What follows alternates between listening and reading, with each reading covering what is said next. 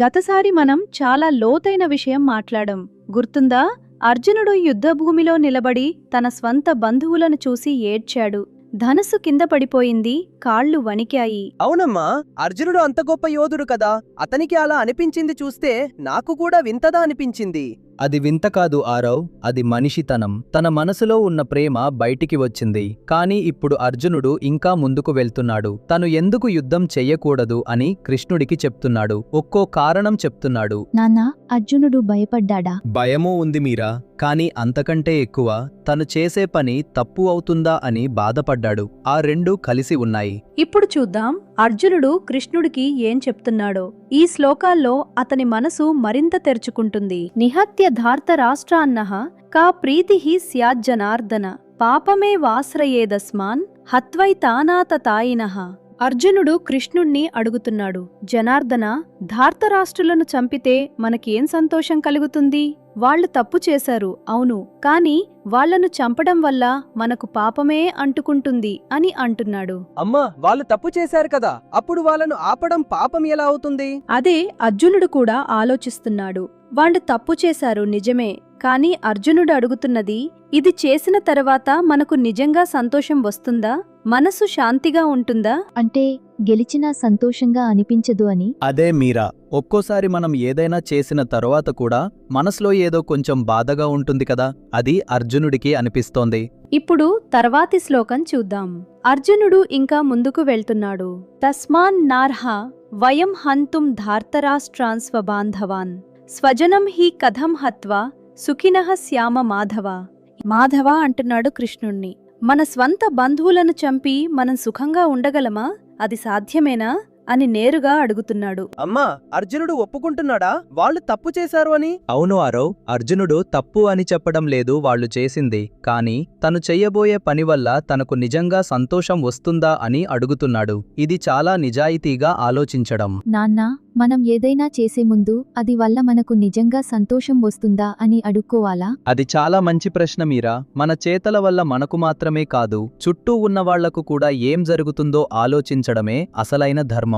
నీ చేత వల్ల ఇంట్లో అందరికీ ఎలా అనిపిస్తుంది అని ఆలోచించడం, అదే అర్జునుడు ఇక్కడ చేస్తున్నది. అంటే నాన్న, ఇంట్లో రాత్రిపూట పెద్దగా మ్యూజిక్ వేస్తే అమ్మకు నీకు నిద్రపోదు కదా, అలాంటిదా? సరిగ్గా అదే. నీకు సంతోషంగా ఉంది, కాని నీ చుట్టూ ఉన్న వాళ్లకు కష్టంగా ఉంది. అప్పుడు ఆగి ఆలోచించడమే మన చేతల బరువు అర్థం చేసుకోవడం. ఇప్పుడు చూడండి, అర్జునుడు ఒక చాలా ముఖ్యమైన విషయం చెప్తున్నాడు. యద్యప్యేతే న పశ్యంతి లోభోపహత చేతసః కులక్షయకృతం దోషం మిత్రద్రోహే చ పాతకం.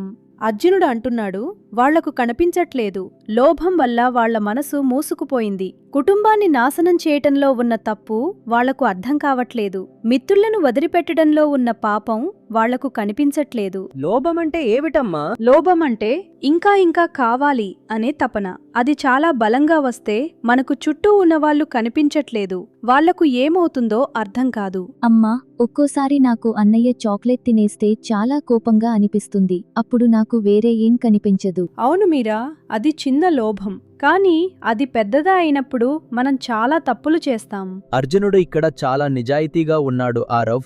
వాళ్ళు చూడట్లేదు అని చెప్తున్నాడు, కానీ నేను చూస్తున్నాను అని కూడా అంటున్నాడు. తను వేరుగా ఆలోచించగలుగుతున్నాడు, అది చాలా ముఖ్యం. తన చుట్టూ ఉన్న వాళ్ల అవసరాలు కూడా మన అవసరాలంతే ముఖ్యం అని గుర్తుంచుకోవడమే అసలైన ఆలోచన. కానీ నాన్న, అర్జునుడు చూస్తున్నాడు కదా, అప్పుడు అతను ఏం చెయ్యాలి? అదే కృష్ణుడు చెప్పబోతున్నాడు.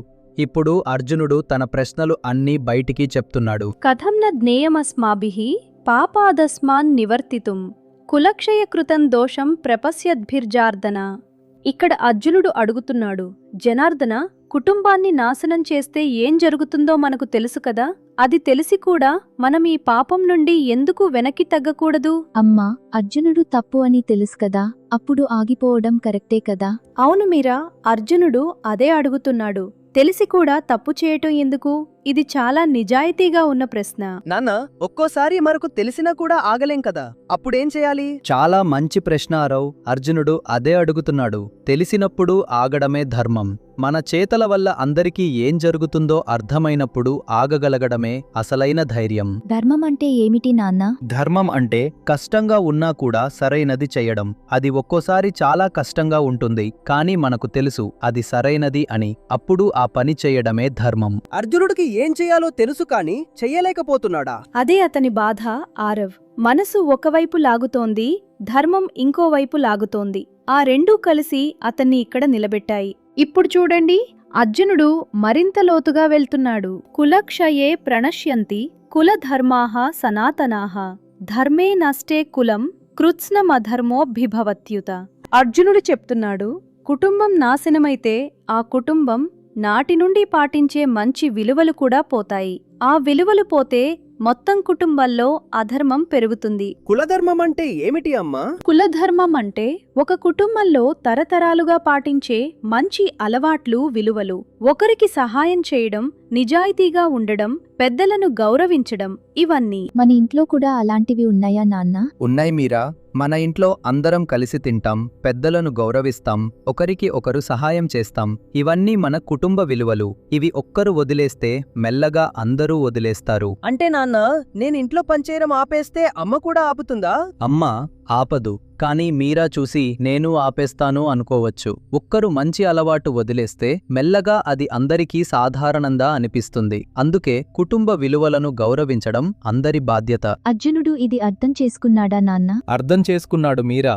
అందుకే భయపడుతున్నాడు.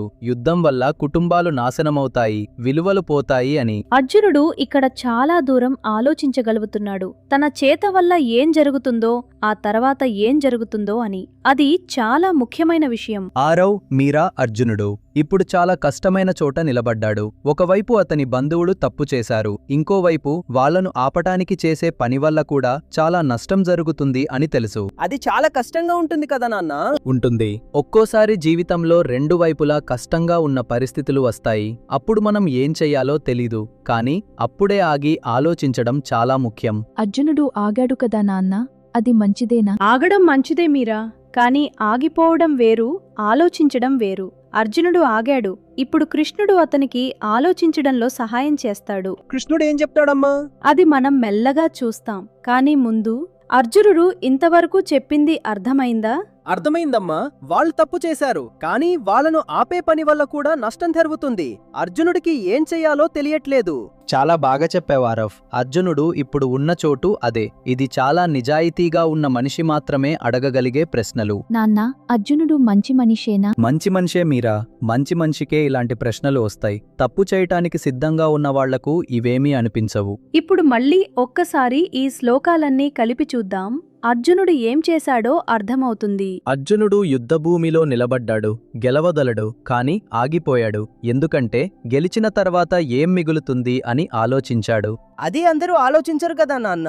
ఆలోచించరు. అందుకే అర్జునుడు వేరు. తను గెలవగలడు, కాని ఆ గెలుపు వల్ల ఏం జరుగుతుందో అర్థమైంది. బంధువులు పోతారు, కుటుంబాలు నాశనమవుతాయి, మంచి విలువలు పోతాయి. అది తెలిసి అతనికి ఆగాలని అనిపించింది. అమ్మా, అర్జునుడికి కృష్ణుడంటే చాలా నమ్మకముందా? ఉంది మీరా. అందుకే తన మనసులో ఉన్న మాటలన్నీ కృష్ణుడికి చెప్తున్నాడు.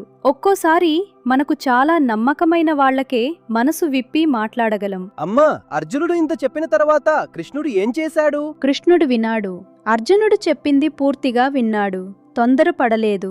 అది కూడా చాలా ముఖ్యమైన విషయం. ఎవరైనా మనసు విప్పి మాట్లాడినప్పుడు ముందు వినడం. నాన్నా, ఒక్కోసారి నేను ఏదైనా చెప్తుంటే అన్నయ్య వినడు. అది నీకు అనిపిస్తుంది మీరా?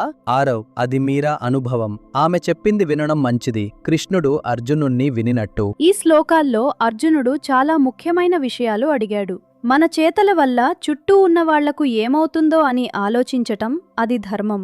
అది కర్మ అర్థం చేసుకోవడం. కర్మ అంటే ఏమిటమ్మా? కర్మ అంటే మన చేతలు భవిష్యత్తుపై చూపించే ప్రభావం. మనం ఏం చేస్తామో అది ముందు ముందు ఎలా మారుతుందో అది కర్మ. అంటే మన చేత మంచిదైతే ముందు కూడా మంచి జరుగుతుందా? అది చాలా సులభంగా చెప్పావు మీరా. అదే కర్మ. ఈ శ్లోకాల్లో అర్జునుడు చాలా నిజాయితీగా మాట్లాడాడు. తన భయాలు, తన సందేహాలు, తన బాధలు, అన్నీ కృష్ణుడికి చెప్పాడు. ఇప్పుడు అర్జునుడు మాట్లాడడం ఆపాడు. కృష్ణుడు మాట్లాడటానికి సిద్ధమవుతున్నాడు. అర్జునుడు అన్నీ చెప్పిన తరువాత కృష్ణుడు మొదటిసారి చెప్పే మాటలు అవి చాలా వేరుగా ఉంటాయి. కృష్ణుడు ఏం చెప్తారు నాన్న? కృష్ణుడు అర్జునుణ్ణి చూసి ఒక్క మాట చెప్తాడు. అది అర్జునుడు అస్సలు ఊహించని మాట. అది విన్న తర్వాత అర్జునుడు ఆగిపోతాడు. అమ్మా, కృష్ణుడు కోపంగా మాట్లాడతాడా? అది మనం వేచి చూద్దాం మీరా.